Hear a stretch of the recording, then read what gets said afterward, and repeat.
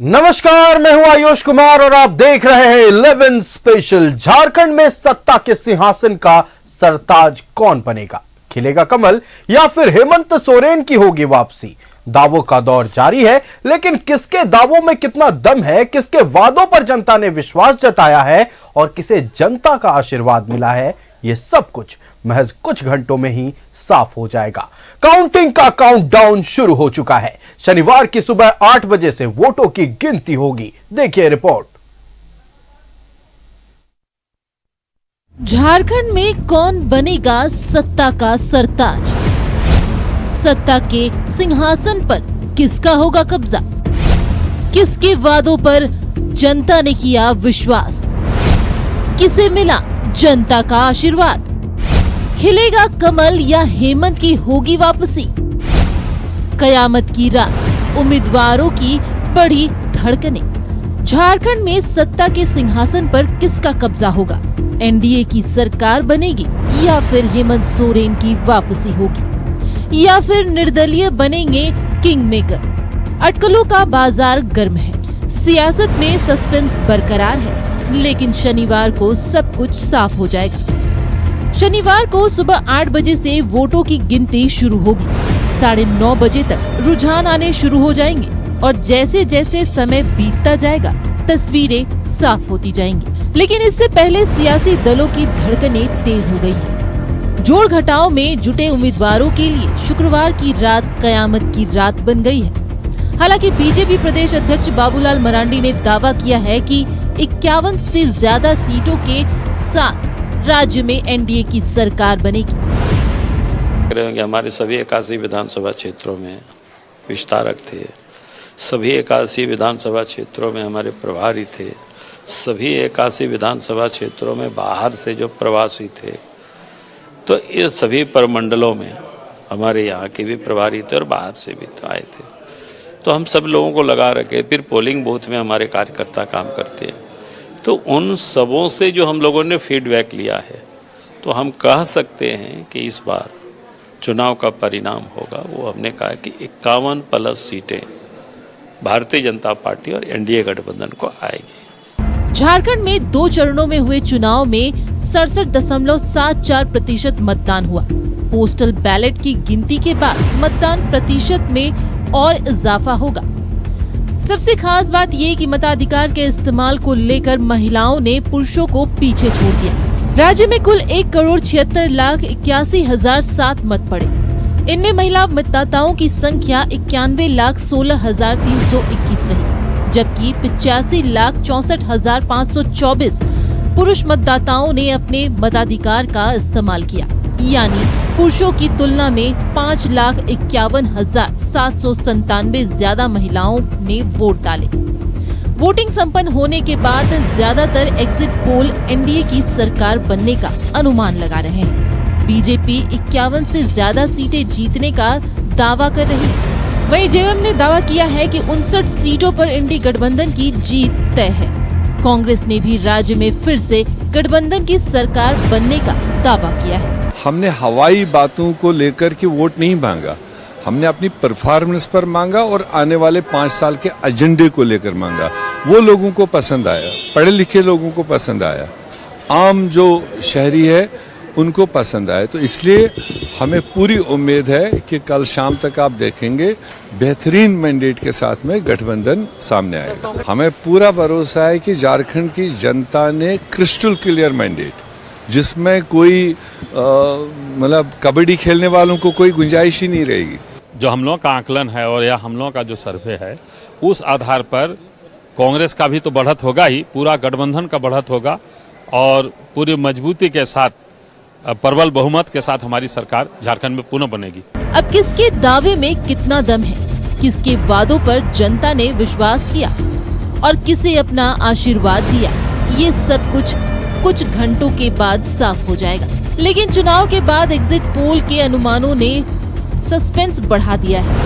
कांटे के टक्कर की उम्मीद जताई जा रही है। ऐसे में राजनीतिक दलों के साथ राज्य की जनता को भी रिजल्ट का इंतजार है। न्यूज़ 11 भारत के लिए रांची से रुचि और विपिन के साथ ब्यूरो रिपोर्ट।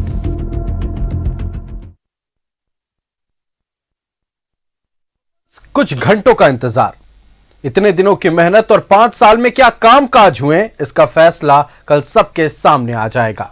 कल सुबह 8 बजे से वोटों की गिनती शुरू हो जाएगी और जितने कयास लग रहे हैं, जितने दावे किए जा रहे हैं, उनकी सच्चाई खुलकर सबके सामने आ जाएगा। भारतीय जनता पार्टी कह रही है कि हम 51 सीटों पर आ रहे हैं, मतलब पूर्ण बहुमत की सरकार हम बनाने जा रहे हैं। वहीं दूसरी तरफ कांग्रेस का कहना है कि क्रिस्टल क्लियर बहुमत मिलेगा।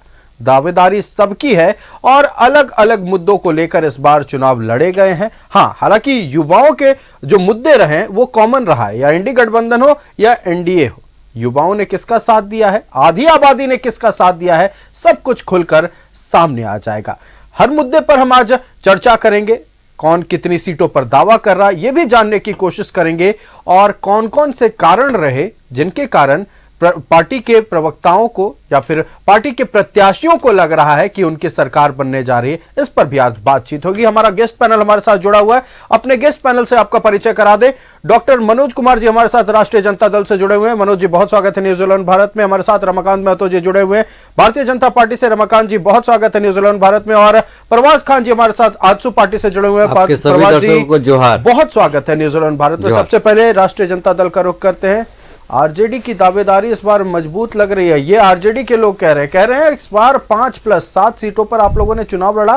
पिछली बार आप 1 पर थे, 5+ का दावा कर रहे हैं। क्या कारण है, कारण बताइए। सीटों को लेकर आज बातचीत नहीं, आज कारण पूछेंगे कि क्यों आप लोगों को लग रहा है कि इतनी सीटों पर आप लोगों की बहुमत आने वाली है। दावे की बात नहीं है, निश्चित रूप से हम लोग 7 सीट पर लड़े हैं, 7 सीट हम लोग जीतेंगे जी। कारण क्या है? कारण जो हम लोगों ने यहाँ काम किया, जो गठबंधन की सरकार ने यहाँ काम किया, हेमंत जी के नेतृत्व में जो काम हुआ, चाहे कोरोना काल हो या उसके बाद का काल हो, लगातार विकास के क्षेत्र में हो, चाहे मैया योजना की बात करें या जितने सारी सरकारी योजनाएं हैं, उसका पूरा लाभ आम आवाम को मिल रहा है। चाहे एजुकेशन का मामला हो, हेल्थ का मामला हो, बेरोजगारी का मामला हो, हर क्षेत्रों में जो है महागठबंधन की सरकार ने काम किया है। और जो रुझान देखने को मिला, जिस तरह से आप अभी बता रहे थे, आधी आबादी जी, आधी आबादी को इतना लाभ हुआ है हेमंत सोरेन जी के सरकार से, मैया योजना से जी। निश्चित रूप से महागठबंधन की यहाँ पुनः सरकार बनेगी, इसमें कहीं कोई किंतु परंतु नहीं है। और राष्ट्रीय जनता दल का यहाँ जनाधार रहा है। एक समय था कि पलामू में 9 का 9 सीट राष्ट्रीय जनता दल जीता करती थी, लेकिन आज स्थिति विपरीत हो गई है। कमजोर हम लोग थे, संगठन कमजोर नहीं था। ऐसा नहीं है कि 1 सीट पिछले बार आया तो हम लोग कमजोर हो गए। हम लोग पहले भी मजबूत थे, आज भी मजबूत है। और आदरणीय नेता लालू प्रसाद यादव जी के चाहने वाले, मानने वाले झारखंड में लाखों लोग हैं।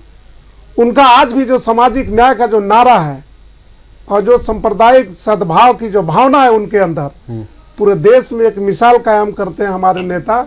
इसलिए उनका जनाधार आज ही पूरे झारखंड में है। इस आधार पे हम लोग यहाँ चुनाव जीतेंगे और 7 में 7 जीतेंगे। और हमारे अलावे जो महागठबंधन के प्रत्याशी जितने भी चुनाव लड़ रहे हैं, मैक्सिमम सीटों पर हम लोग जीत हासिल करेंगे। पूर्ण बहुमत की सरकार यहाँ दोबारा हेमंत जी की सरकार बनेगी, इसमें कहीं कोई किंतु परंतु नहीं। चलिए, आप दावा कर रहे हैं कि हेमंत सोरेन फिर से लौट रहे हैं, हेमंत सरकार फिर से लौट रही, और आरजेडी दावा कर रही है कि 7 की 7 सीटों पर लालटेन जलेगा। इस पर बातचीत करेंगे। जनाधार की बात हुई है, लालू प्रसाद यादव की लोकप्रियता की भी बात हुई है, इस पर भी हम चर्चा करेंगे। अभी फिलहाल आजसू पार्टी का रुख करते हैं। आजसू 10 सीटों पर चुनाव लड़ रही है। परवाज जी, कितने सीटों पर दावेदारी है और कारण क्या है? किन किन मुद्दों को लेकर आप जनता के बीच गए जो लग रहा है कि जनता के मन में बस गया है? धन्यवाद आयुष। देखिए, जनता के मन में बस गया है।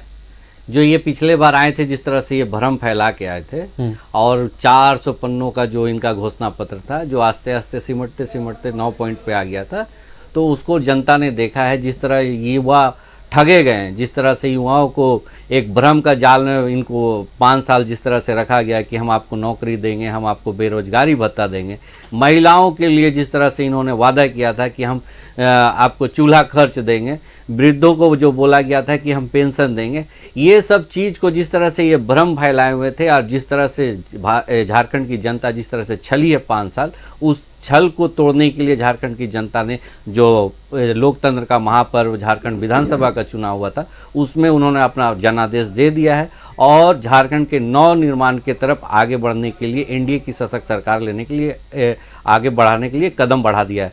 मैं आयुष एक चीज़ क्लियर कर देता हूँ, आजसू पार्टी ने जाहिर सी बात है कि 9-10 प्रत्याशी उनके हम लोग के चुनाव लड़े थे, लेकिन हमारा पूरा फोकस 81 सीट पे था और 81 सीट पे हमारे दम खम से हम लोग लड़े भी हैं। और हमारे माननीय अध्यक्ष श्री सुदेश कुमार महतो जी जिस तरह से उन्होंने अपनी जो राजनीतिक चेतना जिस तरह से जगाई है, जहाँ जहाँ सभा की हैं, जिस तरह से सभा में जिस तरह से हुजूम उमड़ा है, वो दर्शाता है कि झारखंड नव निर्माण की तरफ बढ़ चुका है। और उस बढ़ने के लिए उस जो हम लोग जो बढ़ा है उसको हम लोग रफ्तार देंगे। कल के परिणाम के बाद देखिएगा कि झारखंड एक तरह से जिस तरह से ये लोग 5 साल झारखंड को काल की गाल में जिस तरह से समा दिए थे, कल झारखंड का नव निर्माण के लिए एक नया सवेरा होगा और उस सवेरा में झारखंड के वासियों को जो भी उम्मीदें थी, जो भी अपेक्षा थी, उसको 100% पूरा करने के लिए हम लोग प्रतिबद्ध है। क्योंकि उस प्रतिबद्ध में हम लोगों ने संकल्प लिया है युवाओं को रोजगार,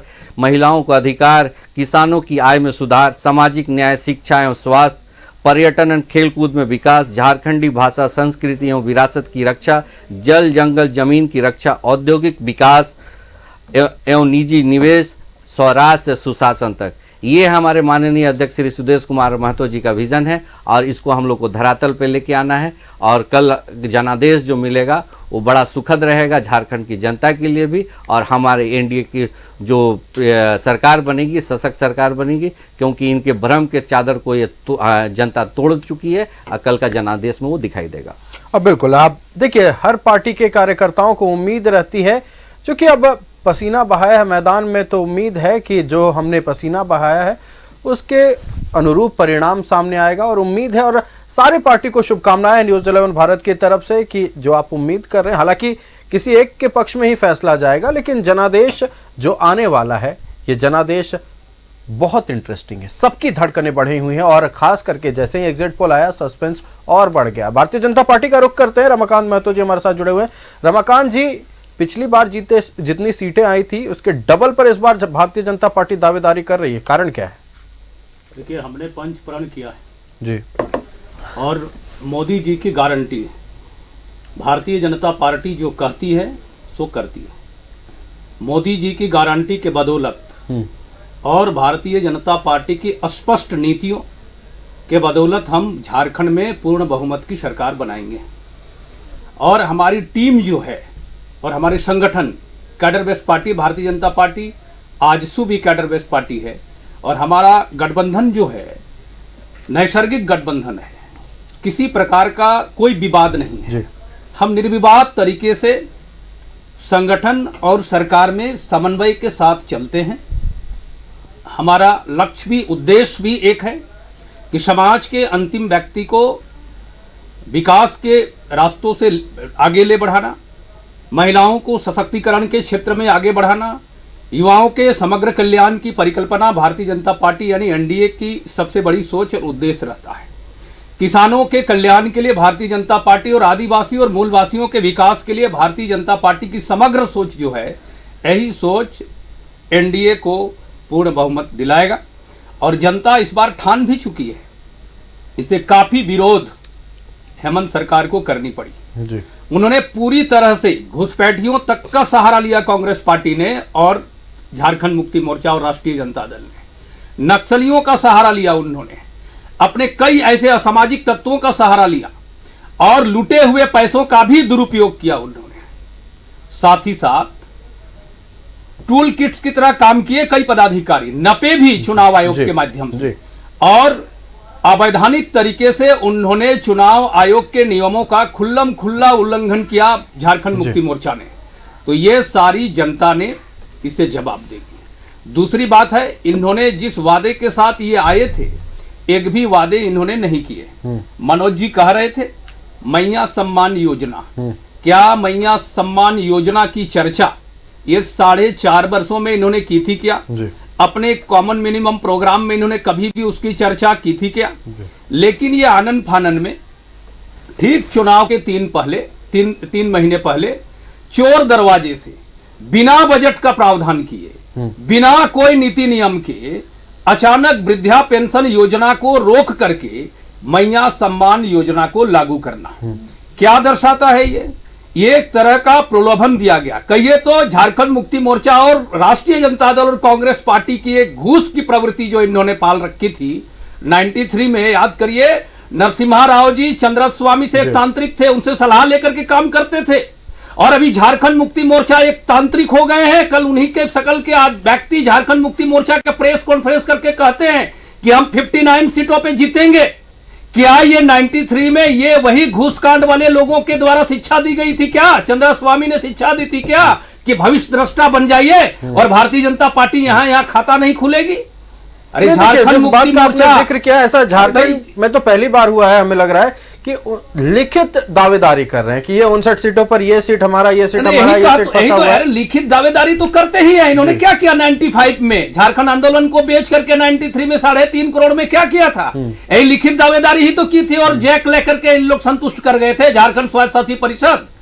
तो वही तो इनको परिणाम थी, जिसे तिहाड़ भी गए और बेऊर भी गए, दोनों जगह गए।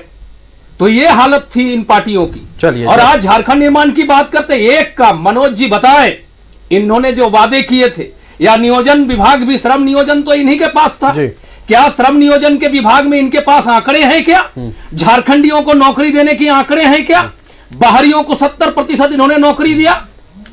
ये सवाल आपका हमेशा विवादों के घेरे में रहे ये सरकार। बाहरियों को नौकरी देने वाले सवाल पर हम बात इसलिए कर रहे हैं क्योंकि सीएचओ की बहाली हुई और हम जब इंटरव्यू कर रहे थे, जितने भी सीएचओ बने थे जी 70% से ऊपर राजस्थान के थे अभ्यर्थी। उसके बाद भी उत्तर प्रदेश के शिक्षक नियुक्ति में उत्तर प्रदेश के 70% रहे और बिहार के रहे, बंगाल के रहे, उड़ीसा के रहे, राजस्थान के रहे। तो और पिछले दरवाजे से भी इन्होंने कई सारी नियुक्तियां की हैं।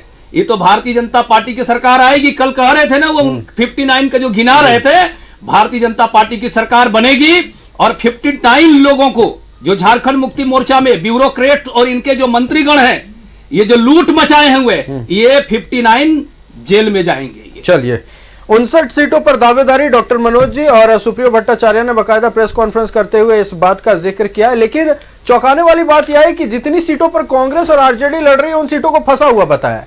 झारखंड मुक्ति मोर्चा जितनी सीटों पर लड़ रही है, उसे कहा यह क्लियर है, आरजेडी यहां लड़ रही है, यह फंसा हुआ, कांग्रेस यहां लड़ रही है, यह फंसा हुआ। क्यों आपके बड़े भाई को विधानसभा चुनाव में बाकायदा बड़े भाई की भूमिका में थी झारखंड मुक्ति मोर्चा, क्यों आपके बड़े भाई को भरोसा नहीं है आप लोगों पर? अब वो क्या बोले और क्या लिखे उस पर मैं जाना नहीं चाहता। राष्ट्रीय जनता दल का अपना जनाधार है, सामाजिक न्याय का अपना जो नारा है आदरणीय लालू प्रसाद यादव जी का, और जिसके लिए उन्होंने जीवन भर संघर्ष किया, न्याय दिलाने का काम किया, उस पर विश्वास है लोगों को। अब वो क्या कहते हैं, क्या टिप्पणी करते हैं, मेरे संज्ञान में नहीं है, वो तो वही बता सकते हैं। लेकिन जो परिस्थितियां यहाँ बनी, अभी बोल रहे थे भाजपा के प्रवक्ता जी कि भारतीय जनता पार्टी जो बोलती है वही करती है। मैं इनको स्मरण करवाना चाहता हूं, इनको लगेगा कि पुरानी बातें हैं। माननीय प्रधानमंत्री जी ने जितना वादा किया, बता दें कई वादा पूरा किए। 2 करोड़ लोगों को इन्होंने वादा किया था मैं सालाना नौकरी दूंगा, दिया क्या? इन्होंने वादा किया था 15 लाख रुपया हर गरीबों के खाते में जाएगा, किया क्या? इन्होंने 5 लाख का तो वादा आप लोगों ने भी किया था। अरे ब्रदर, आप इनके तरफ से क्यों प्रवक्ता बन जाते हैं? आप बोलने दीजिए ना। देखिए, प्रधानमंत्री जी ने जो वादा किया, मेरी बात समझिए ना। देखिए, अगर हम तथ्यों को सामने रखते हैं, आप रखिए, अगर आपको बुरा लगता है, बुरा की बात नहीं है, बेशक प्रवक्ता कोई बात नहीं है, कोई बात ही नहीं, बुरा लगने की कोई बात नहीं है। लेकिन माननीय प्रधानमंत्री जैसे ही बोले कि जो कहता है भारतीय जनता पार्टी वही करता है। आप बता दें कि भारतीय जनता पार्टी के जितने भी तमाम नेता हैं, बेरोजगारी पर क्यों बात नहीं करते, महंगाई पर क्यों बात नहीं करते, किसानों पर क्यों क्या बात करेंगे? घुसपैठ हो गया। अरे भैया, घुसपैठ हो गया तो आपका गृह मंत्रालय क्या कर रहा है? नहीं हुआ है, हाँ या ना? नहीं हुआ, कहाँ हुआ? क्या कर रहे हैं? गुलाम अहमद मीर साहब कहते हैं, क्या गुलाम अहमद मीर साहब कहते हैं कि गुलाम अहमद मीर साहब क्या कहते हैं उनसे पूछिए, कांग्रेस के लोगों से पूछिए। लेकिन जो इन्होंने वादा की बात किया, मैं उस पर बात कर रहा हूं। कितना वादा पूरा हुआ? भारतीय जनता पार्टी ने कितना वादा पूरा किया? इस पर बात होनी चाहिए ना। 5 साल की यहाँ गवर्नमेंट थी, बोला कुछ नहीं किया। जो ठीक है, मानते हैं कुछ नहीं किया होगा, तभी तो जनता ने नकारा, आपको मौका दिया। 100%। तो आप लोगों ने किया पूरा? क्या 2.5 साल तो कोरोना काल में चला गया ब्रदर। 2.5 साल तो बचा। झारखंड के लिए कोरोना नहीं था, और भी नौकरियां हुई, नियुक्तियां हुई। नहीं ठीक है, यहाँ की नियुक्तियां हुई, 15,000 नियुक्तियां हुई हैं। पीएससी की नियुक्ति हो, चाहे श्रम विभाग का ये बात करे तो वहां भी बहुत सारे लोगों को नौकरियां मिली है। आंकड़े बता दीजिए। आंकड़े तो हमको ठोस याद नहीं है, मैं गलत बात नहीं बताना चाहता आपके चैनल के माध्यम से, लेकिन काम हुआ है नहीं हुआ, कहाँ नहीं हुआ। मैया योजना से बहुत लोग लाभान्वित हुए, यहाँ बिजली बिल माफ कर दिया गया, यहाँ बहुत सारे काम हुए जो गिनाया नहीं जा सकता है। ये कहते सारा वादा पूरा किया, आपने 5 वादा पूरा बता दीजिए। भारतीय जनता पार्टी कोई भी नेता बता दे कि माननीय प्रधानमंत्री जी ने देश के लिए जो वादा किया, बेरोजगारों के लिए जो वादा किया, किसानों का जो वादा था, कितना पूरा हुआ। बोलने के लिए तो बड़ी बड़ी बात भारतीय जनता पार्टी के तमाम नेता बता दे। 2 करोड़ लोगों बेरोजगार लोगों को नौकरी मिली, आप ही बता दीजिए। नहीं, हम गया क्या? हम तो कुछ नहीं बताएंगे, हम सवाल तो भारतीय जनता पार्टी के बताने के लिए हुए पूछने के लिए बताएं जी। देखिए 5 लाख युवाओं को आपने नौकरी देने का वादा किया था, मिला? देखिए हम सवाल इसलिए पूछ रहे हैं, ठीक है, नहीं पूछना ही है सवाल, क्योंकि आप सत्ता में थे। 5 साल पहले सत्ता में थे तो विपक्ष से तो सवाल 5 लाख नहीं मिला, 2 लाख समथिंग तो मिला। 15,000 नियुक्तियां हुई हैं। नहीं, आप देख लीजिए डाटा निकाल कर, 2 लाख नियुक्तियां हुई है। 15,000 इस तरह से झूठ बोलेंगे। 10,000 नियुक्ति पार नहीं कर पाए, क्या आप बात कर रहे हैं? इसी तरह आप देखिए जनादेश मिल गया आपके बरम में, आप कहाँ ये तो आप देखिए यही दिक्कत होता है, यही दिक्कत होता है। लास्ट जब बोलते हैं ना, आप बोलिएगा तो मैं भी बोलूंगा। एक आंकड़ा तो बता दे। जवाब दे दें आप। मैं बोला आयुष, देखिए जब लाश बोलती है ना तो इसी तरह बोलती है। ये तो झारखंड को अपने लाश पे भी झारखंड नहीं बनना देना चाह रहे थे, और इस तरह से आंकड़ा पेश कर रहे हैं। अरे भाई कहाँ आंकड़ा है? आप तो 10,000 भी नहीं पार कर पाए नियुक्ति के लेके। आप बोल रहे हैं ना, आप बार बार बोलते हैं कोरोना का चादर, कोरोना का चादर। अरे तो कोरोना का चादर है तो उसी कोरोना का लेके तो आपके राजकुमार तेजस्वी यादव जी उप मुख्यमंत्री बन गए थे। आप बिहार में लड़ते स्मार्ट मीटर के अगेंस्ट में, यहाँ झारखंड में आप उसकी तारीफ कर रहे हैं। बिजली बिल आप बोल रहे हैं, विज्ञापन में क्या? विज्ञापन में आप दिखा दीजिए आपका बिजली बिल माफ हो गया है तो दिखाइए। हम तो न्यूज़ 11 के बार बार कैमरा पे दिखा चुके हैं स्क्रीन पे में कि आपका बिजली बिल कितना आ रहा है, 56,000 58,000 रुपया उपभोक्ताओं का। आप बोल रहे विज्ञापन, देखिए भ्रम फैलाए थे, अब भ्रम को तोड़ दिया है। और जाहिर सी बात है आप जिसके पीछे पीछे चलते हैं, कांग्रेस के जो प्रभारी अभी मीर साहब का अभी हम देख रहे थे, उसमें उन्होंने बोला था, सही बात है, वो बोले थे मेरे परफॉर्मेंस पे और आगे का विजन यही है कि झारखंड को कैसे लूटना है। मंत्री के पीए के नौकर के यहाँ से करोड़ों रुपया कैसे निकलता है, यही विजन है क्या? ये सब चीज देखते हुए उन्होंने सही बोला कि क्रिस्टल क्लियर एकदम यहाँ पे जो बहुमत मिलेगी, जाहिर सी बात है क्रिस्टल क्लियर बहुमत मिलेगी, अब एनडीए की सरकार को मिलेगी, क्योंकि एनडीए ही अब झारखंड का नव निर्माण के लिए लेके आगे बढ़ने का जो संकल्प लिया है उसको लेके। क्योंकि आप तो कहते थे कांग्रेस वाले जिस तरह से झारखंड आंदोलनकारियों पे लाठी बरसाते थे, जेल देते थे, आप बोलते थे लाश पे झारखंड बनेगा। ये सब चीज झारखंड की जनता को भली भांति अच्छी तरह से याद है और उन्होंने अपना जनादेश दे दिया है। कल ईवीएम खुलेगा, मनोज जी हम तो उम्मीद भी करेंगे कि आप आए कल शाम में और साथ साथ बताएं कि आप क्या परफॉर्मेंस किए थे। जिस तरह से झारखंड की जनता मुहर लगाएगी ना तो आप कहीं नजर नहीं आएंगे। चलिए देखिए, एक दूसरे पर बात ना करें कि आपको इतनी सीटें मिलेंगी, आपको इतनी सीटें मिलेंगी, खुद को लेकर आश्वस्त रहे। 7 पर लड़े, आप कह रहे हैं 7 पर जीतेंगे, चलिए हम मानते हैं कि आप 7 पर जीतेंगे और आप अगर इस बात को लेकर खुश है, कॉन्फिडेंट है, तो जाहिर सी बात है कि आप लोगों ने काम किया होगा, उसके आधार पर बोल रहे हैं। आपसी पार्टी कह रही है कि 10 पर लड़े हैं, 10 पर जीतेंगे, वो अपने काम के आधार पर बात कर रहे हैं। 81 पे लड़े हैं जी, हम 81 पे लड़े। चलिए ठीक है, हमारे पास एनडीए के आयुष क्लियर कर देते हैं। हमारे पास बताएं, अभी रमाकांत भाई भी बताए थे, हमारा नैसर्गिक गठबंधन है। हम लोग के गठबंधन में कहीं कोई चीज नहीं था। आप तो इनके राजकुमार, इनके राष्ट्रीय प्रवक्ता आके जिस तरह से होटल रेडिसन ब्लू में जिस तरह से तांडव किए, जिस तरह से कुर्ता फाड़े, ये सब चीज तो दिखाई दिया है। वो सब चीज झारखंड की जनता ने एकदम बहुत अच्छी तरह से देखा है। सच है तो दिखेगा, जो बार बार न्यूज़ 11 जो अपना स्लोगन है, वाकई झारखंड की जनता ने सच है तो दिखेगा, और वो सच को दिखेगा, कल साबित हो जाएगा। झारखंड में नव निर्माण का एक सूरज कल उदय होने वाला है। नहीं देखिए, इस बात पर मैं भी कहूंगा, मनोज झा जी से जब हमने सवाल किया था, उन्होंने प्रेस कॉन्फ्रेंस किया था कि कितनी सीटों पर बात बनेगी, बोले 13 से कम कुछ स्वीकार नहीं है। सीधे तौर पर अनाउंस करते हुए कहा था प्रेस कॉन्फ्रेंस में उन्होंने ठीक है, अब आपसे इन लोगों की सहमति बन गई है तो इस पर ना हम कुछ कह सकते हैं ना कोई और कुछ कह सकता है। भारतीय जनता पार्टी का रुख करते हैं। रमाकांत जी, गंभीर आरोप आप लोगों पर लगते हैं। हालांकि कहा है मनोज जी ने कि घुसपैठ नहीं हुआ है झारखंड में, इस पर भारतीय जनता पार्टी क्या कहेगी? नहीं तो फिर ये तो अपने गठबंधन के नेता, बड़े नेता कांग्रेस पार्टी के प्रदेश के प्रभारी हैं, वो बयान दे रहे हैं बेरमो विधानसभा के चुनाव प्रचार में कि घुसपैठियों को भी हम 450 रुपया सिलेंडर देंगे। ये मौन बन जाएंगे। तो ये तो चूंकि इनको तो झारखंड से दर्द ही नहीं है, इनको लेना देना न पहले था न आज है, और इसीलिए तो ये झारखंड मुक्ति मोर्चा इनको कटघरे में खड़ा करती है और बार बार ये हाशिए पे भी चले जाते हैं। और किस सामाजिक न्याय की बात करते हैं ये, इन्होंने क्या दिया झारखंड को आज तक सामाजिक न्याय की बात होती तो यहाँ पर नौकरियों में स्थानीय लोगों को और पिछड़ों को इन्होंने अधिकार दिलाने का काम करना चाहिए था। लंबे अरसे से इन्होंने पिछड़ा वर्ग आयोग का भी गठन नहीं किया था। कई आयोग, कोई बोर्ड और कोई नियुक्तियां बोर्ड जो हैं आयोग वगैरह आज भी भरे नहीं गए हैं। आज आप जेपीएससी का चेयरमैन देखिए, रिटायर्ड होने के बाद भी वहां पे सीटें खाली हैं, अभी आयोग मेंबर भी वहां खाली है। देखिए, अब जनता के मन में क्या था ये तो ईवीएम में कैद हो चुका है, लेकिन राजनीतिक पार्टियां जो दावे कर रही हैं, किस आधार पर कर रही हैं, इस पर आज हम चर्चा कर रहे हैं। सवाल पूछे गए राष्ट्रीय जनता दल की ओर से, खास करके घुसपैठ के बारे में ये कहा गया कि घुसपैठ नहीं हुआ है। साथ ही भारतीय जनता पार्टी से आरजेडी ने यह भी सवाल पूछा है कि जो केंद्र में वादे किए गए थे क्या वो पूरे हुए। रमाकांत महतो जी हमारे साथ भारतीय जनता पार्टी से जुड़े हुए, जवाब दे रहे थे, अपने जवाब को जारी रखें। रमाकांत जी, ये कह रहे थे कि भारतीय जनता पार्टी की सरकार के लीडरों ने या माननीय प्रधानमंत्री जी या अन्य मूर्धन्य नेताओं ने भाषणों के दौरान जो बातें कही थी, माननीय प्रधानमंत्री जी ने क्या कही थी, भाई जो यहाँ पे लोगों ने लूटा है, उन लूटे हुए पैसों को यदि वापस लिया जाए तो यहाँ पे काफ़ी आर्थिक अर्थव्यवस्था जो सुदृढ़ हो सकती है। और जहाँ पे रोजगार की जो बातें ये उठा रहे हैं, 2 करोड़ रोजगार वगैरह की बातें, आप ही मनोज जी को मुझे लगता है जानकारी कितनी रखते हैं।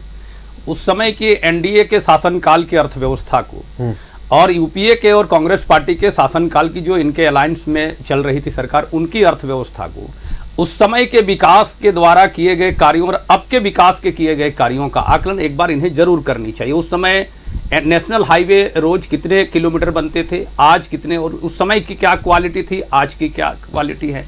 अंतर्राष्ट्रीय सीमाओं को करने के लिए मैं सारी इनको जवाब दे दूँ।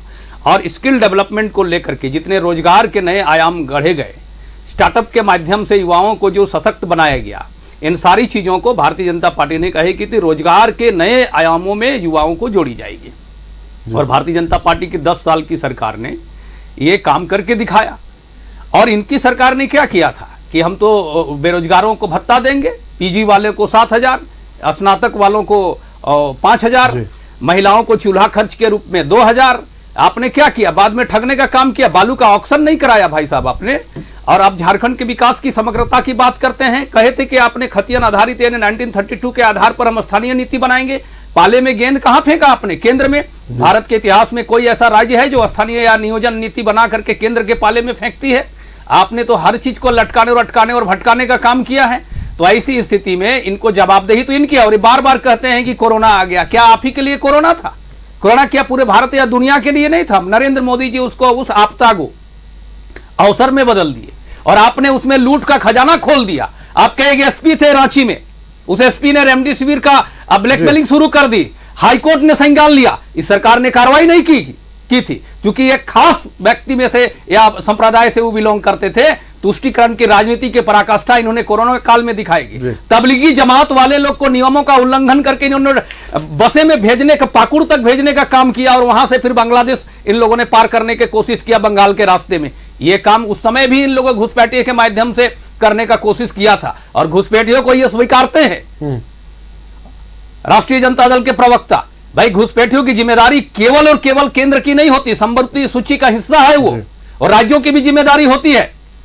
और आप उसको बढ़ावा देने का काम कर रहे हैं। और आपके यदि गठबंधन के नेता कहते हैं और उन्हें उपकृत करने की बात कहते हैं, तो आपको एक राष्ट्र के नागरिक होने के नाते तो कम से कम उनका विरोध जरूर करना चाहिए। आप तो डॉक्टरेट हैं, पढ़े लिखे हैं, प्रोफेसर हैं, आपको कम से कम उसका विरोध तो व्यक्तिगत रूप में भी करना चाहिए। आप इतने बड़े राष्ट्रीय पार्टी में जुड़े हुए हैं और आप कहते हैं कि घुसपैठ हुआ है। और कांग्रेस पार्टी के उतने बड़े नेता बयान दे रहे हैं और आप चुप्पी साधे हुए हैं, ये गलत बात है। चलिए, भारतीय जनता पार्टी, अच्छा इस बात का भी जिक्र नहीं करते कि हाईकोर्ट ने जब इन्हें प्रेम पत्र भेजा और इनको ये किया तो उस पर भी विचार करना चाहिए। उस समय उपायुक्त के माध्यम से इन लोगों ने शपथ पत्र जमा नहीं करके कनीय पदाधिकारी को संज्ञान लिया और कई बार मामले आए। और जहां रोजगार की बात करते हैं, रोजगार में तो इनका एक भी काम नहीं हुआ है। एक नीति बना करके कोई भी योजना इन्होंने लागू की हो तो ये बताए, नीति बना करके एक भी आपने कोई काम नहीं किया। चलिए जवाब ले लेते हैं, एक काम नहीं किया इन्होंने। मनोज जवाब देखिए, मैं जो सवाल किया इनका एक भी जवाब इन्होंने नहीं दिया।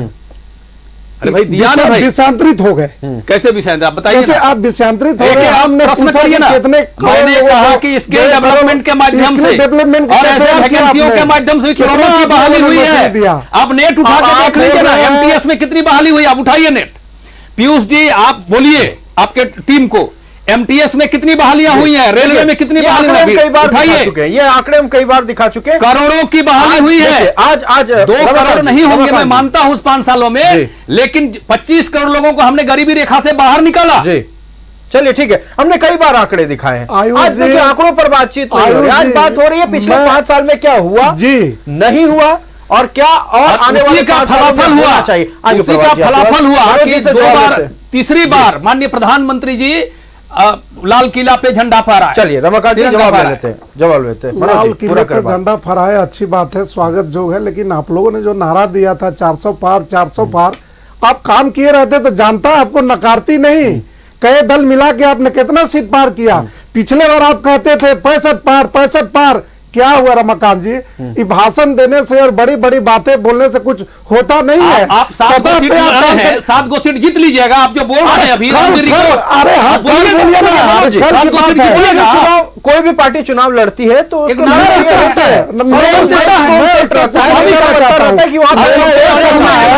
जो आपने वादा किया ये 7 गो जनता के हित में आप वादा पूरा कीजिए। आप घुसपैठ की बात करते हैं। फिर भी देखिए इनकी सरकार बनी है, इनकी सरकार बनी है तो ये कह रहे हैं उस बात को कि जनता ने भरोसा जताया। क्या एक बार फिर से झारखंड की जनता मौजूदा आरजेडी, जेएमएम और कांग्रेस की गठबंधन? हाँ, निश्चित रूप से जनता ने पूरा अपना मतदान दे करके जनादेश दे दिया है। अप्रत्याशित जनादेश होगा, यहाँ महागठबंधन की सरकार बनेगी। मैं बार बार बोल रहा हूँ। और कल जब जीत होगी तो देखिएगा भारतीय जनता पार्टी के नेता अगर जाएंगे तो क्या बोलेंगे, कैसे बनेगी? यही बोल, मैं सुनिए पार्टी क्या बोलेंगे। जब हार जाएंगे तो इनका कथनी होगा मेरा वोट और परसेंटेज बढ़ गया, मैं इतना परसेंटेज हो गया, यही कहेंगे। कल भी भेंट होगी रमाकांत जी से, मैं कल भी आऊंगा। बोलेंगे कि ईवीएम को इन लोगों ने हैक किया। कल पता चल जाएगा, बैठेंगे दिल्ली पे, कल पता चल जाएगा, कल पता चल जाएगा। कुछ घंटे का इंतजार है, कुछ घंटे का इंतजार, मैं भी कह रहा हूँ, कुछ घंटे का इंतजार, परिणाम आ जाएगा। उस पर फिर हम लोग परिणाम पर कल बातचीत करेंगे। लेकिन देखिए मनोज जी, सवाल इसलिए आप लोगों पर उठ रहे हैं, युवा वर्ग नाराज था। ऑन रिकॉर्ड मैं कह सकता हूं, आप मुझे प्रवक्ता कहें या कुछ भी कहें, नहीं ठीक है, परेशानी नहीं। युवा वर्ग नाराज क्यों था ये भी सुन लीजिए। बेरोजगारी चरम पर थी, सीजीएल परीक्षा लीक हुआ, कई और परीक्षाएं थी जो लीक हुए, जिनके प्रश्न पत्र, और उसको लेकर हमने देखा जेएसएससी कार्यालय के बाहर भारी विरोध हुआ, सीएम आवास के बाहर भारी विरोध हुआ। इसीलिए युवा वर्ग नाराज है। युवा वर्ग में इतनी नाराजगी, फिर भी इतना कॉन्फिडेंट कैसे है आरजेडी की सरकार बनेगी?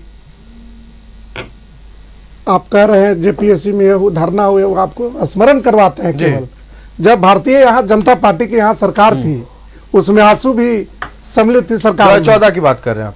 14 की बात नहीं कर रहा हूँ। जब यहाँ जेपीएससी में घोटाला हुआ, इनके जितने चेयरमैन बनाए गए थे बाबूलाल मरांडी के थ्रू, जितने मेंबर थे सब जेल में। आज भी दिलीप प्रसाद जेल में है। जेपीएससी में जो नंगा नाच हुआ इन लोगों के शासन काल में, किसी का शासन काल में इतना नहीं हुआ। उसको भी तो बोलना चाहिए।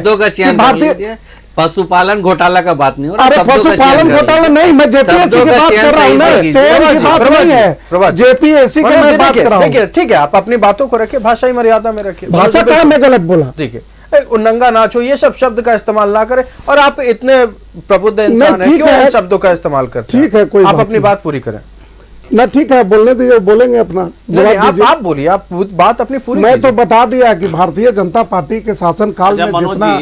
मनोज जी आप एक बात, मैं आपसे बात कर रहा हूँ। आयुष जी आपसे पूछ रहे हैं कि आपके 5 वर्षों में ये युवाओं के को लेकर के रमाकांत मैं वहीं जा रहा हूं। मैं अपना सवाल आपने दोहरा जब ले रहा हूं। घोटाला- मैं अपना सवाल दोहरा तो ले उनका रहा हूं। जवाब देकर के आप भारतीय जनता पार्टी के अतीत में क्यों जाते हैं? क्यों और नहीं जाएंगे? जा रहे आप हैं। जब बोल रहे हैं कि तो रेलवे में आपने लैंड फॉर जॉब किया। जब आयुष जी ने मामला को जब आयुष जी ने मामला को छेड़ा, हाँ। छेड़ा नहीं, ये मुद्दा है, देखिए, छेड़ने वाली बात नहीं है। जब आप ये मुद्दा युवाओं को क्वेश्चन बात है, युवा देश की सबसे मैं बड़ी ठीक है, शक्ति मैं है। आपकी बातों को एक्सेप्ट करता हूं। जब आपने कहा कि युवा नाराज है, जेपीएससी में धरना हो रहा था, प्रदर्शन हो रहा था, मैं उस पर आपके अतीत में गया कि नहीं, नहीं, जेपीएससी में अतीत में क्या जाइए, हुआ। अतीत में जाइए, 2 महीने जाइए, उससे ज्यादा मत जाइए। हाँ, तो क्या हुआ जेपीएससी में? यहाँ भारतीय जनता पार्टी की कितने दिनों की सरकार थी, आप बताइए। उस दिन लंबे दिनों तक थी। जी। कितने दिनों में हम लोग सरकार में यहाँ रहे? तो जितना लंबे अरसों तक भारतीय जनता पार्टी एनडीए की यहाँ सरकार रही, उसमें क्या हुआ? अच्छा, लंबे कार्यकाल से जेएसएससी परीक्षा का क्या रिश्ता है, ये बताइए आप हमको। नहीं, ये ठीक है, समझा हुआ दीजिए तो आप जांच हमको। हो रहा है, उस पर कार्रवाई होगी।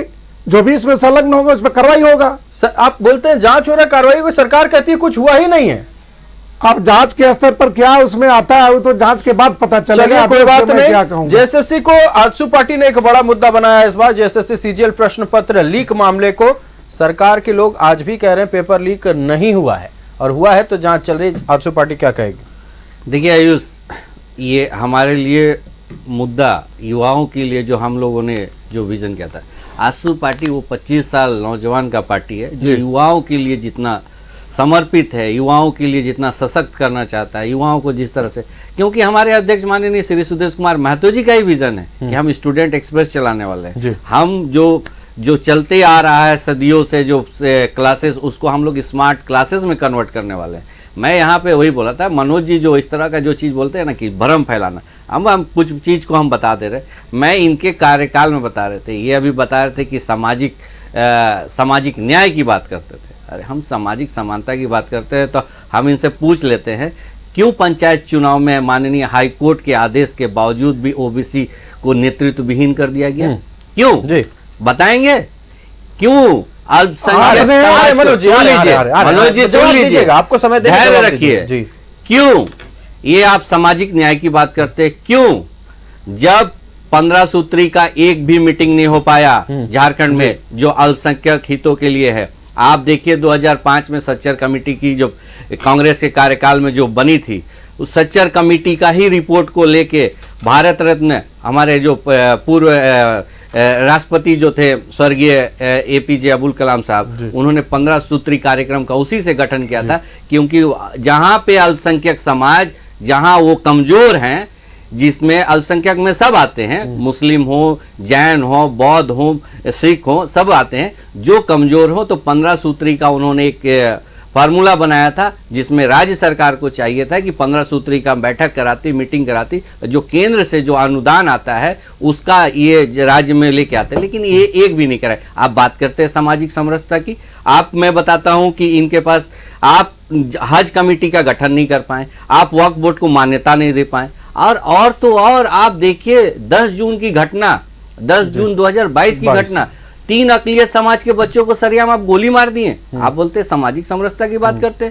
बोले ना, ये सब चीज को देखिए, बोलना और करना में बहुत फर्क है आयुष। जिस चीज को आप लेके जब चलते हैं ना, भारत का संविधान बोलता है ना कि एक मुट्ठी में ताकत होता है। आप कुछ बोलिएगा, भ्रम फैलाइएगा, लेकिन करने वाले कुछ नहीं है। आप जहां भी रहिएगा भ्रष्टाचार में लिप्त रहिएगा। उस भ्रष्टाचारी सरकार को उखाड़ फेंकने के लिए झारखंड की जनता ने जनादेश दिया है। और कल झारखंड का एक नव सवेरा होगा और झारखंड का नव निर्माण जो हमारे माननीय अध्यक्ष श्री सुदेश कुमार महतो जी ने देखा है कि इसमें युवाओं को जिस तरह से छला गया था, युवाओं को किस तरह से आप युवाओं को भटकाना चाहते हैं साहब, आप युवाओं को बेरोजगार बना के रखना चाहते हैं। हम तो चाहते हैं कि युवा सजे संवरे और उसको सशक्त बने, ताकि जितने युवा सशक्त रहेंगे उतनी झारखंड की उन्नति होगी। आप बोलते हैं कि लंबे कार्यकाल में रहे, आप जिस गठबंधन से आते हैं उस परिवार से 6 बार मुख्यमंत्री बने झारखंड में, और उस पार्टी को अगर जोड़ लिया जाए, चंपई सोरेन जी को जोड़ लिया जाए 7 बार, अगर आप समर्थित लेके जोड़ लिया जाए, मधु कोड़ा जी को जोड़ लिया तो 8 बार। अरे 8 बार आपके मुख्यमंत्री रहे, उसके बावजूद आप इस तरह से बोलते हैं कि आप सत्ता पे सबसे ज्यादा रहे।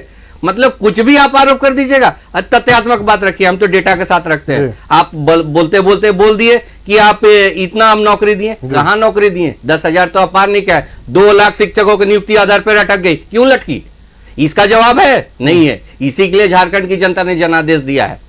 कल आप कहीं नजर नहीं आइएगा, आप जो झारखंड को जिस तरह से मुक्ति चाहिए था ना, वो मुक्ति मिल जाएगी भ्रष्टाचारियों से। हम झारखंड का नव निर्माण के लिए संकल्पित है और उसे हम धरातल पर लेके आएंगे। चलिए, बिल्कुल युवाओं को लेकर बातचीत थी और कई ऐसे मुद्दे थे जो अतीत में हुए हैं लेकिन आज फिर खोला गया है। राजनीति में कोई भी मुद्दा पुराना नहीं होता है, वक्त पर खोला जाता है, वक्त पर बंद किया जाता है। अभी वक्त है सारे मुद्दों को खोलने का, क्योंकि अब ईवीएम में जनता का मत कैद हो चुका है। कल का सवेरा ये डिसाइड करेगा कि क्या फिर से हेमंत सरकार लौट रही है या फिर परिवर्तन इस बार होने वाला है। बीजेपी का रुख करते हैं। जब जब जेएसएससी पर सवाल उठे, जेपीएससी पर सवाल उठे, उंगली सत्ता पक्ष वालों ने भारतीय जनता पार्टी की ओर घुमा दिया। क्यों? नहीं, देखिए, इस बात को उठाना, हम तो कह रहे थे कि भाई आपने कोई स्वतंत्र जांच एजेंसी से जांच कराइए, और भारतीय जनता पार्टी के कार्यकाल की जो ये आरोप लगा रहे हैं उनकी तो सीबीआई जांच केंद्र में इनकी सरकार थी, चल रही है। गए जो दोषी थे चले गए। तो भाई इसमें मान लीजिए जेपीएससी हो चाहे जेएसएससी हो, दोनों ही संस्थान संवैधानिक हैं जी। तो इनको डर किस बात का रहता है कि पेपर लीक का मामला हो चाहे नौकरियों में धांधली की मामला हो, तो इन्हें डर किस बात का है सीबीआई जांच कराने में या कोई स्वतंत्र जांच एजेंसी के माध्यम से कराने में क्या दिक्कत है? जांच कमेटी गठित भी करते हैं तो किनको बनाते हैं कमेटी में? जो उसी जेएसएससी के अधिकारी हैं, जो परीक्षा नियंत्रक हैं, उन्हीं को बनाएंगे। और कौन अधिकारी? वही अरविंद लाल है जो सेकंड जेपीएससी में आज उन पर आरोप है और उन पर वे जांच कमेटी के अध्यक्ष प्रोविजनल प्रमोशन के माध्यम से वहां पर पहुंचे हैं और उन्हीं को कमेटी में रखे हुए हैं। और जो व्यक्ति ने धांधली किया है, जिस संस्था ने, उसी अधिकारी को आप रखेंगे तो न्याय कहां से दिखेगा? ये कौन सी न्याय प्रक्रिया है भाई? ये तो अपने कर रहे हैं, नहीं दिख रहे हैं। कल ये झारखंड अरविंद लाल की नियुक्ति पर, खुद की नियुक्ति पर सवाल वही कह रहे हैं। अजय मनोज जी इतने प्रबुद्ध हैं, शिक्षाविद हैं, इनको तो इन बात की समझ है कि भाई आप मान लीजिए आप रांची कॉलेज, अभी तो डॉक्टर श्यामा प्रसाद मुखर्जी में आप हैं, मान लीजिए वहां कोई कुछ मामले बनते हैं, आप कहिएगा कि वहीं का आशीष गुप्ता जी जो परीक्षा नियंत्रक है उन्हीं को प्रभार जांच में लगा दीजिए। क्या जांच होगी भाई बताइए? और उन्हीं ने सब धांधली करवाई है और उन्हीं को जांच कमेटी में अब रख रहे हैं, तो ये कोई मामला बनता नहीं है वहां पे। तो इस प्रकार का मामला तो एक राष्ट्रीय जनता दल के समर्थन में और कांग्रेस पार्टी के समर्थन में चलने वाली सरकार बनती है। अरे भाई, भारतीय जनता पार्टी के और या एनडीए पे आरोप लगाने के पहले मनोज जी को ये सोचना चाहिए कि जहां भी भारतीय जनता पार्टी की सरकारें रही हैं, चाहे केंद्र हो राज्य में, जब भी अंगुली उठी इनमें जांच कराने में कभी पीछे नहीं हटी। लेकिन आपकी सरकार में, केंद्र में, आप कह रहे थे ना पशुपालन घोटाले, आपने तो स्कूटर में सांड ढो रहे थे। और ये लैंड फॉर जॉब वाला मामला, रेलवे में जो आपने नौकरियां देने के लिए आपने जमीन लिया और आप उसके पीछे आज कितना बड़ा बवाल हुआ पूरा देश में कितनी बदनामी हो रही है इसको लेकर के। क्या भारतीय जनता पार्टी में किसी भी नेता में या किसी भी मंत्री में या इनके कार्यकाल में, भारतीय जनता पार्टी के कार्यकाल में कभी भी किसी प्रकार का करप्शन आरोप आया हो? और जांच में जांच के मामले में, सवाल का जवाब दीजिए, जांच के मामले में भारतीय जनता पार्टी ने कभी भी एनडीए सरकार में कभी भी कोताही नहीं बरती। ये लोग बार बार आरोप लगाते हैं, मध्य प्रदेश वाली घटना ये कहेंगे, मैं जानता हूं व्यापम घोटाले की, शिवराज जी की सरकार के मामले में जांच में उनका तुरंत कहा गया कि भाई आपकी सरकार है, सीबीआई जांच की गई। उन्होंने कहा सुप्रीम कोर्ट के बकायदा सुप्रीम कोर्ट के वर्डिक्ट में ये है कि तत्कालीन मुख्यमंत्री शिवराज सिंह चौहान ने जांच के आदेश खुद दिए थे। ये सुप्रीम कोर्ट के वर्डिक्ट में है जी। तो इनको क्या डर लगता है? क्योंकि खुद लूट में शामिल हैं और उसी लूट के पैसा खर्चा करके आप चुनाव लड़ रहे हैं आज, और लूटे जमानत पे इनके मुख्यमंत्री हैं। कांग्रेस पार्टी के विधायक दल के नेता सलाखों के पीछे हैं भ्रष्टाचार के आरोप में, लूटने के आरोप में। तो आप जवाब दें बढ़िया से। चलिए, बिल्कुल कई गंभीर सवाल उठे हैं, जवाब लेंगे। और सवाल राष्ट्रीय जनता दल ने भी भारतीय जनता पार्टी पर उठाया था। भारतीय जनता पार्टी का साफ कहना है, अगर लगता है कि भ्रष्टाचार हुआ है तो जांच कमेटी बैठाएं, जांच कराएं, हम तैयार हैं हर तरह से सहयोग करने के लिए। लेकिन जो आरोप अब राष्ट्रीय जनता दल या झारखंड मुक्ति मोर्चा पर लगे हैं, उस पर क्या जवाब मिलेगा? कुछ घंटों का इंतजार है, सब कुछ सामने आ जाएगा। जनता ने किसे आदेश दिया है, किसे सत्ता के शीर्ष पर बैठाया है और किनके वादों पर ज्यादा भरोसा जताया है, ये कल सब कुछ साफ हो जाएगा। झारखंड की जनता उम्मीद कर रही है कि कल का सवेरा कुछ उनके लिए लेकर आएगा। हो सकता है कि हेमंत सरकार सत्ता में फिर से वापसी करे, हो सकता है परिवर्तन हो और एनडीए की सरकार बने, लेकिन आज रात तक, अगले 12 घंटा तक हम सिर्फ कयास लगा सकते हैं। लेकिन आरोप प्रत्यारोप का दौर जारी रहेगा। चूंकि राजनीतिक बातचीत है तो राजनीतिक बातचीत में सवाल उठेंगे, मुद्दों पर सवाल किया जाएगा और जवाब जो सत्ता में है उनको ही देना है। हम रुक कर लेते हैं। राष्ट्रीय जनता दल से हमारे साथ डॉक्टर मनोज जी जुड़े हुए हैं। मनोज जी, कई आरोप लगे आप पर। देखिए, एक सवाल मेरा भी है, मैं ये सवाल करना चाहता हूं। रघुवर दास के कार्यकाल में 5 मंत्रियों को लेकर आपने सवाल उठाए थे। 5 पूर्व मंत्रियों पर आपने कहा था कि एसीबी का जांच होगा। सबकी नजरें टिकी थी कि 5 मंत्रियों पर जांच होने वाला है। 5 साल बीत गए आपके सरकार के भी, उधर भी कोई जांच नहीं हुआ और ना आपके अधिकारी जो रहे, सीओ रहे, चीफ इंजीनियर रहे, उन पर भी जांच हुआ। आप लोग जांच नहीं करना चाहते हैं क्या? सिंपल सीधा सवाल है। नहीं, जांच तो चल रहा है। अब जांच में तो अब जानते हैं कि विलम्ब होता है, कि टाइम तो लगता है, टाइम टेकिंग तो है उसमें। नहीं मतलब जांच चल रहा है। नहीं, मैं इसलिए सवाल पूछ रहा हूं। नहीं, ठीक है, सवाल आपका वाजिब है, सवाल आप पूछ सकते हैं। जब डिबेट हो रहा है तो जी बिल्कुल, सवाल ही नहीं, जवाब देखिए, होगा। सवाल इसलिए है कि आप कहते हैं जांच चल रहा है लेकिन कुछ नहीं मिलता है। वह उसी अधिकारी के यहाँ ईडी छापेमारी करती है, बहुत कुछ मिल जाता है। तो मतलब ये रफ्तार का अंतर कैसे हो जाता है? मैं इसलिए सवाल पूछ रहा हूं। नहीं, ठीक है, रफ्तार का अंतर हो सकता है, बट जांच चल रहा है। और आंसू के ब्रदर बता रहे थे अभी पंचायत चुनाव में आप लोगों ने ये नहीं किया। मैं दोनों भाइयों को स्मरण दिलाना चाहता हूँ, इन्हीं लोगों के सरकार में पिछड़ों का जो 27% आरक्षण था, आज आंसू बड़े बड़े बात करती है, पिछड़ा, दलित, आरक्षण, बहुत सारे बातें आती है। भाई को भी पता होगा, भाजपा के प्रवक्ता है ब्रदर हमारे जी, कि 27% को आरक्षण को इन लोगों ने ही काट करके 14% कर दिया। क्या कारण था भाई? और जब आप कर दिए तो फिर इस तरह के विलाप क्यों करते हैं? पिछड़ा पिछड़ा, हरियाण, आदिवासी, आएंगे आप जवाब क्यों दीजिए। करते हैं? आप क्यों पिछड़ों का आरक्षण मार दिए?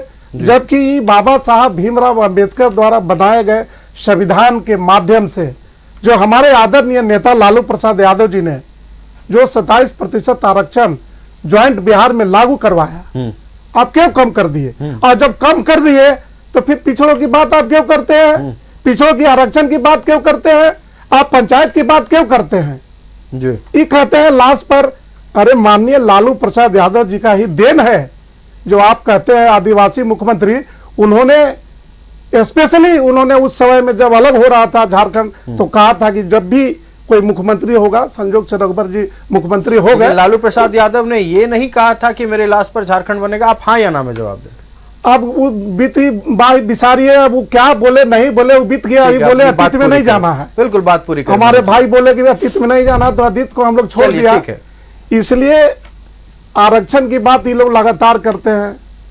कह रहे थे कि अभी बोल रहे थे लैंड फॉर जॉब का मामला है। मैं इन्हीं से पूछना चाहता हूं, ये मामला तो समाप्त हो गया था। फिर जब जैसे ही केंद्र में भारतीय जनता पार्टी की सरकार बनी, इस मामला को फिर से उखाड़ दिया गया। और मिला क्या? नहीं, देखिए, समाप्त नहीं हुआ था, शांत हो गया था, ये कहिए। मामला एकदम बिल्कुल समाप्त था, कहीं कुछ नहीं था। फिर दोबारा इसको क्रिएट किया गया, दोबारा क्रिएट किया गया। कहाँ मिल रहा? लगातार तो जांच हो रहा है, उसमें कहाँ कोई प्रूफ मिला क्या? जी, अभी प्रक्रिया में है, जांच के प्रक्रिया में है, जांच के अधीन है। जी, जांच के अधीन है। इसलिए ऐसा नहीं है। और भारतीय जनता पार्टी कोई दूध के धुली हुई नहीं है। झारखंड में बोलिए तो मैं नाम गिनवा देता हूँ, जो लोग जब विपक्ष में भ्रष्टाचार के मामले में लिप्त थे या उन पर आरोप था, तो ये लोग पानी पी पी के गाली देते थे, भ्रष्टाचारी है। जैसे ही वो पाला बदल दिए, भारतीय जनता पार्टी में शामिल हो गए, माननीय प्रधानमंत्री नरेंद्र मोदी जी के वॉशिंग पाउडर में धो दिया गया और ये लोग पाक पवित्र व्हाइट हो गए, कहीं कोई दाग नहीं है। आप बताइए तो मैं नाम ले लूं? नहीं, नाम बिल्कुल, अगर ये अंडरस्टूड है, मैं नाम क्यों लूंगा? नाम अगर आपको बोलना है, तथ्य लेकर आइए, आपके पास कोई दस्तावेज, उसके आधार पर बिल्कुल खुले तौर पर नाम लीजिए, कोई परेशानी नहीं है। तो बड़े बड़े नेता जो भ्रष्टाचारी में, क्या महाराष्ट्र के नेता थे, तो नरेंद्र मोदी जी कहते जेल जाएंगे, जेल जाएंगे, जब आ गए इधर पवित्र हो गए। अरे बहुत सैकड़ों एग्जाम्पल है ब्रदर, ऐसा नहीं एक दो एग्जाम्पल। झारखंड में भी बहुत लोग हैं ऐसे जो जेल गए, आज इनके पार्टी में है, पवित्र हो गए। इसलिए ऐसा नहीं है कि जवाब ले लेते हैं। आजसू से हमारे साथ परवाज खान जी हैं। देखिए, मनोज जी का मैं जवाब दे देता हूँ। जी, मनोज जी, आपको अच्छा से याद होना चाहिए कि हमारे माननीय सांसद महोदय श्री चंद्र प्रकाश चौधरी जी इसी ओबीसी आरक्षण के लिए जो पंचायत चुनाव में आपने नेतृत्व विहीन कर दिया था, उसके लिए एपेक्स कोर्ट तक गए थे। एपेक्स कोर्ट जाने का मतलब आप समझ रहे हैं, अधिकार के लिए गए थे। जो राज्य सरकार ने नहीं दिया था ओबीसी आरक्षण, उसके लिए उसके लिए एपेक्स कोर्ट ने कितने बार हंटर चलाया कि आपको ओबीसी आरक्षण के लिए ट्रिपल टेस्ट सुनिश्चित कराना होगा। अरे आप बताइए, ये ओबीसी आरक्षण के चलते आप ट्रिपल टेस्ट का झारखंड एपेक्स कोर्ट का आप आदेश का अनुपालन नहीं कर पाए, उसके लिए आप तो नगर निकाय का जो चुनाव नहीं कर पाए। झारखंड में जो 48 नगर निकाय हैं उसको आप प्रतिनिधि विहीन कर दिए। आप बड़ा बड़ा बात मत बोलिए, देखिए तथ्यात्मक बात कीजिए और आप जाके देखिए कि हम लोगों ने किस तरह से लड़ाई लड़ा। सवाल का जवाब नहीं है, मैं समानता की बात कर रहे हैं। जब 27% आरक्षण था तो आपने क्या बोले ना कि आप इधर की बात, मैं तो बोला आसू पार्टी के माननीय माननीय सुदेश चौधरी सरकार में थे और पिछड़ों का 27% आरक्षण आपने कम कर दिया। गए पिछड़ों के लिए गए, आप कम करके भाई साहब, पिछड़ों का आरक्षण समाप्त कर दिए, चले जाइए। मेरी लास्ट में बनने वाला क्या बात करेगा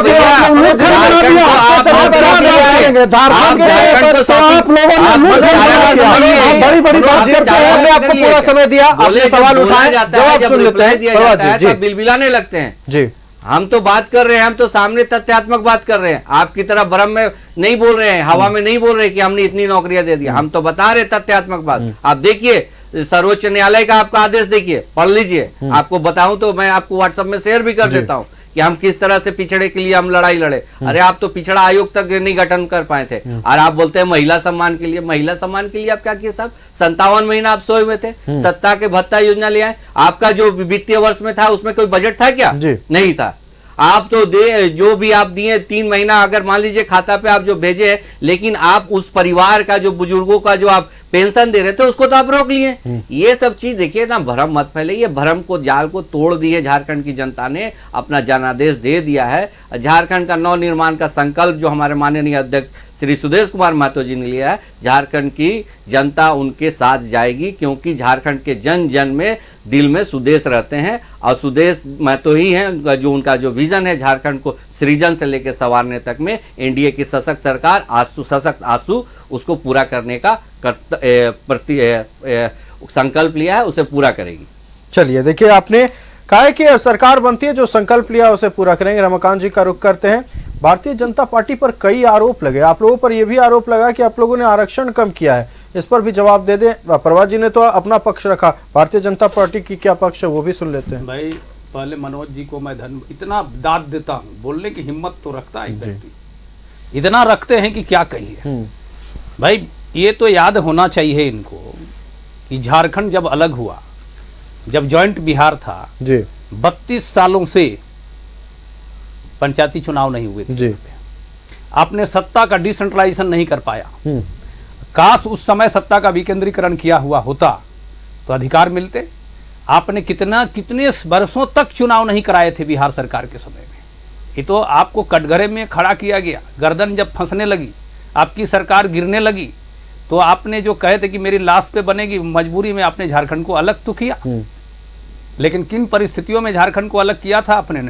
यहाँ पे 18 जिले थे और उनमें सभी के सभी जिले नक्सल प्रभावित थे, और ये नक्सल को तोड़ने का काम भारतीय जनता पार्टी की सरकार ने ही की थी।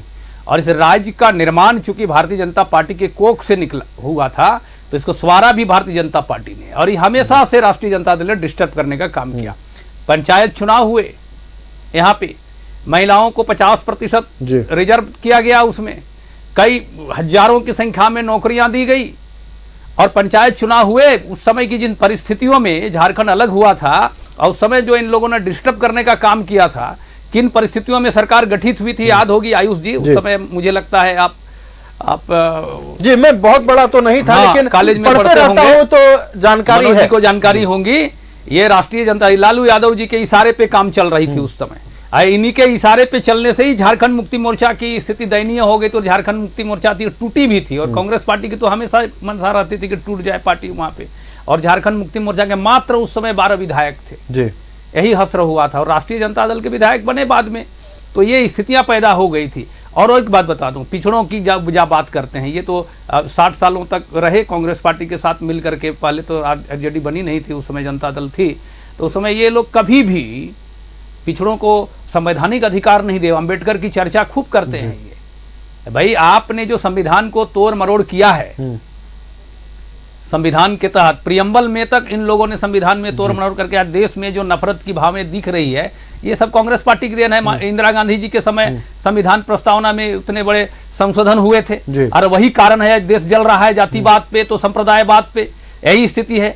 इसीलिए तो हम कहते हैं कि पूरा देश एक रहना चाहिए, और ये नारा हमारा रहता है, और एक रहने से ही हम लोग सेफ रह सकते हैं। और ये नारे हमारे भारतीय जनता पार्टी के तो जन्मदाता है डॉक्टर श्यामा प्रसाद मुखर्जी भी देते थे, और 370 हटाने की बात करते थे, और इनकी सरकार आती है तो फिर उनको बहाल करने की बात करते हैं। पिछड़ों के अधिकार में संवैधानिक अधिकार, पिछड़ा वर्ग आयोग का संवैधानिक दर्जा देने का माननीय नरेंद्र मोदी जी की सरकार ने किया, एनडीए सरकार ने किया, अटल जी की सरकार ने कई अधिकार देने के काम किए, आदिवासियों के समग्र विकास कल्याणकारी कदम उठाए गए, और आम जनता के उत्थान के लिए जितने काम एनडीए सरकार में हुए, इनके 50 सालों के इतिहास में उतना काम नहीं हुआ होगा। यही वजह है कि आज माननीय प्रधानमंत्री जी नरेंद्र मोदी जी तीसरी बार आज सेवा करने का, प्रधान सेवक बनने का उन्हें अवसर मिला, और आज भारतीय जनता पार्टी दुनिया की सबसे बड़ी पार्टी बन के उभर के सामने आई।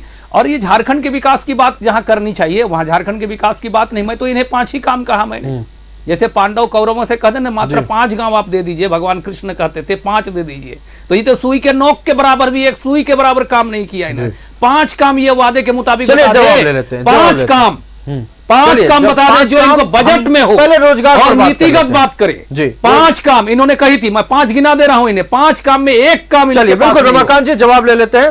ये डॉक्टर मनोज जी, भत्ता में, चूल्हा में, नौकरियों में, और परीक्षाओं में, हाँ परीक्षाओं में जी, और नौकरी उसी में आ जाएगी वो, और महिलाओं को, और प्रत्येक ब्लॉक में कोल्ड स्टोरेज किसानों के लिए, ये सब सारी चीजें ये बता दे। और ये स्थानीय मनोज जी से जवाब ले लेते हैं। डॉक्टर मनोज जी खतियन के आधार पे, और पिछड़ों की जो बात कर रहे हैं 50%, ये सब सारी बातें कर लेंगे। हम आपके सवाल का जवाब भी ले लेते हैं। मनोज जी हमारे साथ हैं। कहा संविधान तोड़ने के बाद नफरत की बात, नफरत तो पूरे दुनिया में अगर फैलाने वाली कोई पार्टी है तो भारतीय जनता पार्टी है। क्यों? कभी जात के नाम पर, कभी धर्म के नाम पर, कभी मस्जिद के नाम पर, कभी मंदिर के नाम पर, यही नफरत फैलाती है। जातीय गणना तो आप कराना चाहते हैं। दल तो सामाजिक न्याय की पार्टी, प्यार करती है राष्ट्रीय जनता दल, सभी समुदाय, खाली बोलेंगे जातीय गणना कराएंगे नहीं। झारखंड में सरकार होगा कहाँ, बिहार में हम लोगों ने कर्नाटक में कहीं नहीं करा रही, कांग्रेस पार्टी की सरकार है, तेलंगाना में सरकार है, सरकार आप यहाँ 5 साल में क्यों नहीं कराया? सरकार बनने दीजिए, यहाँ जनगणना होगा, क्यों नहीं होगा? कराएंगे, जनगणना होगा नहीं, ये विधि हर बाद में बातचीत, लेकिन जो नहीं हुआ नहीं। पूछिए, आप कहते हैं कोविड काल था इसलिए हम यहाँ नियुक्तियां नहीं कर पाए, आप ये कहते हैं? उसके बावजूद भी नियुक्तियां हुई हैं। जितने आपने वादे किए थे उसके 10% भी नहीं है। जितने वादे किए उसके 10% भी नहीं हुआ, मैं उसको स्वीकार करता हूँ। ठीक है, आप ये कह रहे हैं ऐसा नहीं है, कोविड के कारण आप लोग नहीं करा पाए। नहीं, दूसरी तरफ हुआ है। इसी सिक्के का दूसरा पहलू है, बिहार में आप लोगों ने जो कोविड काल के बावजूद नियुक्तियां कराई हैं, आप और तेजस्वी यादव खूब पीठ थपथपाते हैं। क्यों झारखंड के साथ ऐसा व्यवहार क्यों? तब क्योंकि सत्ता में तो थे, श्रम मंत्रालय आपके भी अधीन ही था। मंत्रालय के माध्यम से बहुत सारी नौकरियां हैं बेरोजगारों को। जी आंकड़े बता। 70% यहाँ का जो लोकल है, जो अभी बात कर रहे थे बाहरी लोगों को नौकरी हो गया, आप देखिए उसमें अमेंडमेंट हुआ है। सब नियोजन नौकरियां तो हो गई ना, हो गई या नहीं? क्या नौकरियां हो गई? सीएचओ जो बहाली हुई उसमें 70% जो अभ्यर्थी थे वो राजस्थान के रिकॉर्ड में कह सकता हूँ। अब कह सकता हूँ, इंटरव्यू में आए होंगे 5 में, तब हुआ होगा। ऐसा थोड़ी है कि मूल निवासी कहाँ गए? फिर आप देखिए, आदिवासी मूलवासी का बात तो दूसरा मैटर है। यही मामला सत्ता चली गई, सही बात बोल रहे हैं बाबूलाल मरांडी जी, तो इसी मामले में तो सत्ता से हट गए। ये बाहरी भीतरी ये क्या है? अरे भारत पूरा अपना देश है, सभी देश के कोने कोने, कन्याकुमारी से लेकर और कश्मीर तक सारे एक हैं। अगर नौकरी में इंटरव्यू सारे एक है, तो आप ही के सहयोगी दल के विधायक कहते हैं बिहारी आके बसे हुए, घुसपैठियों से तुलना बिहारियों की कर देते हैं। अब कौन क्या बोलता है, मैं तो उनका सुना नहीं। कोई जो क्या वो बोले, ठीक है, अपनी क्या बात आए पूरा करें रिपोर्ट मनोज में जी। है। जी, मनोज जी, इसलिए बात- भारतीय जनता पार्टी कहती है वो करती नहीं है, इसीलिए हम कहते हैं एनडीए भाजपा सब बेकार, पुनः बनेगी हेमंत की सरकार। चलिए, दावेदारी तो मजबूत क्या लग रही है, बात- लेकिन क्या बात है ये? चलिए क्या बात है? प्रभात जी आप ही जवाब दे दीजिए। क्या आप तो बात बहुत है? बहुत खुश नजर आ रहे हैं इस बात नहीं, को सुनकर। जाहिर सी बात है, मैं बता रहा हूँ प्रभास कि भी मनोज जी बहुत खुश को, मनोज जी को तो मैं धन्यवाद दूंगा। क्या बात है, ये भ्रम फैलाने वाले जो प्रेस कॉन्फ्रेंस करने वाले दादा, अगर इनको ट्वीट करते हैं तो इनको, जो अभी एक्स हो गया, वो करते हैं पोस्ट तो इनको दिखाई नहीं देता। उनके पार्टी के नेता अगर बोलते हैं कि यहाँ पे दूसरे राज्य के लोग नहीं रहेंगे तो इनको सुनाई नहीं देता, फिर भी ये वो गुणगान कर रहे हैं। क्या बात है, क्या बात है। कहीं तो हाथ दबा हुआ है ना, इसलिए हाथ दबा हुआ है, भ्रष्टाचार का एक साथ संलिप्तता होती है तो इस तरह का बात निकलता है मुख से। ये इसलिए देखिए, ये सब कुछ होने वाला नहीं है। झारखंड कल नया सूर्य उदय होने वाला है झारखंड का नवनिर्माण के लिए। मनोज जी देख लीजिएगा, आप लोगों से जो मुक्ति मिलने वाली है मुक्ति मिल जाएगी, क्योंकि आप लोगों ने 5 साल बहुत ठगा है, बहुत छला है झारखंड के वासियों को। चलिए, प्रभात जी का आरोप है कि ठगा है, छला है, इसीलिए जनता परिवर्तन चाह रही है। अपने अपने चश्मे से सब कल के परिणाम को देख रही है। परिणाम अभी सामने नहीं आया है, दावे हैं सबके, कयास सब लगा रहे। भारतीय जनता पार्टी का रुख करते हैं रमाकांत जी। कल चुनावी परिणाम आने वाला है, उस पर तो बहुत बातचीत हुई, एग्जिट पोल पर भी बहुत बातचीत हुई। अगर भारतीय जनता पार्टी की सरकार बनती है, सबसे पहले काम कैबिनेट में कौन कौन से होंगे, जनता ये भी हमने जानना तो चाहती पंच है। प्रण ले लिया है जी, और हमारी जो घोषणा पत्र में या संकल्प पत्र हम कहते हैं उन्हें, जो बातें हमने की है, सबसे पहले मोदी जी की गारंटी है वो, उन्हें पूरा करने का काम करेंगे। मोदी जी की गारंटी है। जैसे देखिए, आप लोग लगातार, आपके नेता मंच से ये भाषण देते आए हैं कि सबसे पहले जेएसएससी सीजीएल रद्द करेंगे। जी बिल्कुल करेंगे। आप लोग ये कहते आए जी, हैं। जी। आप लोगों ने ये कहा है कि पहले कैबिनेट में गोगो दीदी योजना लागू बिल्कुल करेंगे। लाएंगे। आपने कहा है कि पहले कैबिनेट में कैसे बहालियां हो, इसको लेकर एक कैलेंडर बनाया जाएगा। हाँ, कैलेंडर बनाया जाएगा और जी। पारदर्शी नीतियां रहेगी उसमें। जी, पारदर्शी नीतियां रहेंगी। 2,87,000 जी। जो रिक्त पड़े हैं उनके लिए नीति बना करके नियुक्तियां प्रक्रिया शुरू कर दी जाएगी ट्रांसपेरेंट तरीके से। ये आप कह रहे हैं। चलिए, अब आरजेडी का रुख करते हैं। कल अगर गठबंधन की सरकार बनती है फिर से, पहले कैबिनेट में कौन कौन से काम होंगे डॉक्टर मनोज जी? बहुत सारे काम होंगे। काम बेरोजगारी कैसे, बहुत सारे मैं वही तो नाम, बता रहा जी। हूँ, बेरोजगारी कैसे दूर होगा। नौकरी के लिए हम लोग बात कर रहे हैं, कैबिनेट में रखेंगे कि कितने लोगों को यहाँ वैकेंट है सीट। ब्लूप्रिंट तैयार है, सारा कुछ तैयार है, सरकार बनेगी और प्रक्रिया में हम लोग लग जाएंगे। फिर बेरोजगारी कैसे दूर होगा, यहाँ कैसे नई नियोजन नीति लागू हो, जो कैसे कंपनी फिर नीतियों में फंस रहे हैं। नीतियों की बात नहीं, क्या करेंगे उस पे आप बात कर रहे हैं। जी बिल्कुल। चलिए, अब बात तो पूरी जब करें। सरकार बनेगी तो राज्य हित में, समाज हित में पुरजोर तरीके से काम होगा। राज्य, आपने कोई भी ऐसे योजना नहीं बताया या फिर एक कोई ऐसा सटीक काम जो पहले कैबिनेट में ही हम शुरू कर देंगे फिर से सरकार बनने बोले पर? तो मैं बेरोजगारी दूर करने पर नियुक्ति की प्रक्रिया तुरंत लागू करूंगा। जैसे देखिए, जितना वैकेंसी है, नहीं, मैं बता रहा हूँ, जैसे भारतीय जनता पार्टी कह रही है कि हम कैलेंडर जारी करेंगे।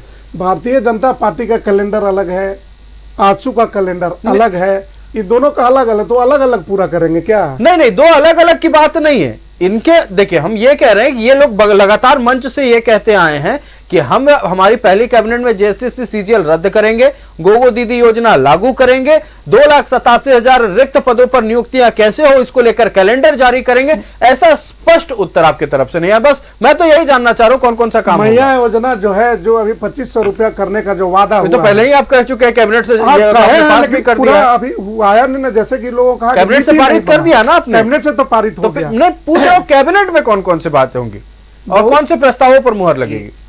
नियुक्ति कैसे होगी, कितने बेरोजगारी यहाँ, कितना रिक्तियां हैं, उसको हम लोग फुलफिल करेंगे। ये आप आयुष बार बार इनको हाइपोथेटिकल क्वेश्चन पूछ रहे हैं, इनको पता है कि हम सत्ता पे नहीं आ रहे हैं, तो ये अपना विजन क्या चलेंगे? अरे आप हमें चलिए आजसू से जवाब लेते हैं। आजसू पार्टी एनडीए की सरकार बन रही है, आजसू पार्टी का पहला क्या काम होगा? अब की बार रोजगार देने वाली सरकार, जो मैं तो बोला जो उपेक्षा में थे, झारखंड के युवा जो उपेक्षा में थे, महिलाएं जिस तरह से ठगी गई थी, वो सबको हम लोग को जो भी उपेक्षा में थे उनकी अपेक्षा को पूरी करने के लिए ही हम आएंगे और उसी के लिए जनता हमें लेके आ रही है।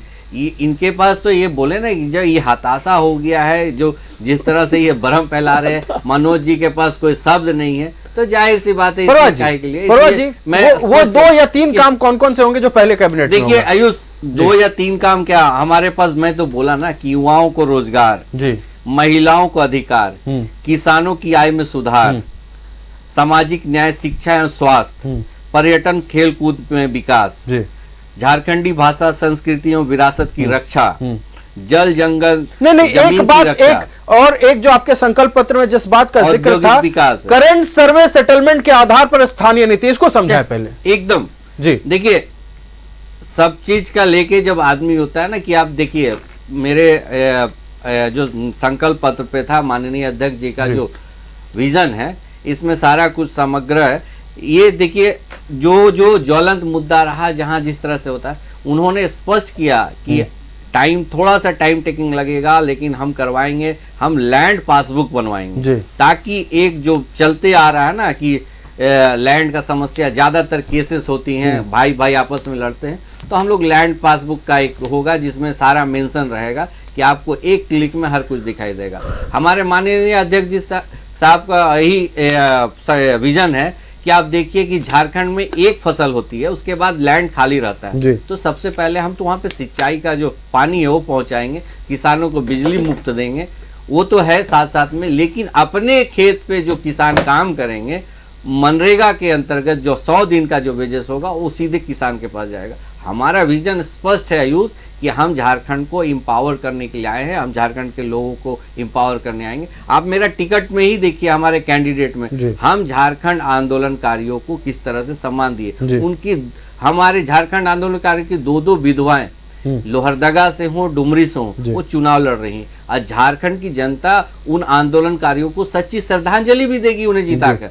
ये सब चीज है ना, जो हमारा जो विजन है और जो हमारे नेतृत्वकर्ता का जो विजन है, उसमें सामाजिक समानता के साथ में जो समग्र विकास जो उस तरह से होता है, किस तरह से उन्नत झारखंड बने, वो सारा कुछ है। और जब माननीय अध्यक्ष जी जब रहेंगे तो उन्हीं का देखिए, जब वो सत्ता पे रहे हैं तो उनका विजन है, जैसे अभी उल्लेख कर रहे थे 50% महिलाओं को आरक्षण देने की बात, माननीय अध्यक्ष जी का ही कलम से हुआ था। आप देखिए जिस तरह से झारखंड को सराहे, इंटरव्यू में पूर्व मुख्यमंत्री बाबूलाल मरांडी जी भी बोले हैं कि जो कनेक्टिविटी झारखंड को मिला है पुलिया से, सड़क निर्माण से, उसमें माननीय श्री सुदेश महतो जी का इसमें छाप दिखाई देता है, जो झारखंड की जनता को याद है। ये सब चीज हमारे पास ना, विजन की कमी नहीं है, हम तो चल रहे हैं साथ में, इसलिए सशक्त आंसू सशक्त एनडीए सरकार, और विजन को जितने भी विजन है, जो सोच है हमारे अध्यक्ष का, वो सारा चीज धरातल पे उतरेगा। जिस तरह से झारखंड हम लोगों ने लड़ के लिया था, जिस तरह से ये लाठियां बरसाते थे, जिस तरह से ये